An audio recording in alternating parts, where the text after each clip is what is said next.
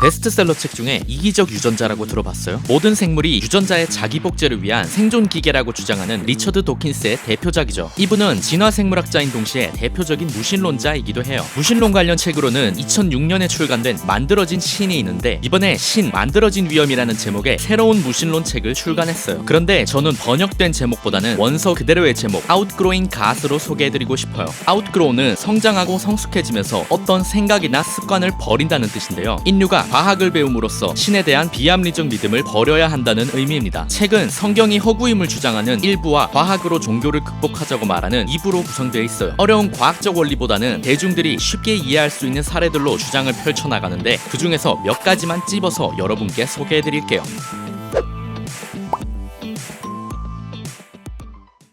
재밌는 이야기를 듣고 다른 사람에게 전달해 본 적 있을 거예요. 나도 모르게 내용을 조금 다르게 말하거나 과장을 섞어서 얘기하게 되죠. 이렇게 구전을 통해 내려온 이야기는 실제 있었던 일과 매우 다를 확률이 높습니다. 문제는 성경에 적힌 이야기들이 구전으로만 전해지다가 오랜 시간이 지난 후에 문자로 쓰여졌다는 거예요. 가장 대표적인 예로 구약 성경의 창세기에는 기원전 20세기에 아브라함이라는 인물이 낙타를 소유했다고 적혀 있는데, 고고학적 증거로는 낙타가 인간의 가축이 된 것은 그보다 수백 년이 지난 기원전 12세기경이었어요. 아브라함이라는 인물이 실제로 존재했다고 하더라도 그가 죽고 수백 년이 지난 후 낙타를 가축으로 사용하는 시대가 돼서야 창세기가 쓰여졌다는 말이죠. 오늘 일어난 일을 수백 년 후에 누군가가 적는다면 과연 얼마나 사실대로 적을 수 있을까요? 이런 구전의 문제점은 신약 성경에도 그대로 적용됩니다. 신약에는 예수의 삶과 행적을 기록한 4개의 복음서가 있는데, 이 중 가장 먼저 작성됐다고 여겨지는 마르코의 복음서조차 예수가 죽고 30년 후에나 쓰여졌다고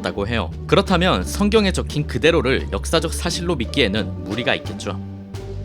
종교는 어떻게 생기는 걸까요? 성경에도 에덴 동산, 노아의 방주 등 신화적인 이야기들이 있는데, 대부분의 종교는 이런 신화에서 비롯됩니다. 그리고 신화는 여러분의 생각보다 훨씬 쉽게 만들어질 수 있죠. 2차 세계대전 시기 태평양의 많은 섬들이 미군에게 점령당합니다. 이 중 전초기지로 활용된 섬에는 각종 보급품들이 화물 수송기에 실려 들어왔죠. 섬의 원주민들이 보기엔 어떤 신적인 존재가 하늘에서 놀라운 물건들을 내려주는 것 같았어요. 급기야 원주민들은 화물 수송기가 내려오는 공항이야말로 신성하고 거룩한 장소라고 생각합니다. 그래서 관제탑과 신호탑, 활주로를 모방한 그들만의 공항을 만들어버리죠. 하지만 전쟁이 끝난 후 군대가 철수하고 하늘에서 화물이 더 이상 내려오지 않자 원주민들은 화물신의 재림을 비는 종교의식을 갖기 시작합니다. 열심히 기도하면 화물신이 다시 돌아온다는 신화가 생기고 화물신의 재림을 기다리는 종교가 생긴 것이죠. 어때요? 참 쉽죠?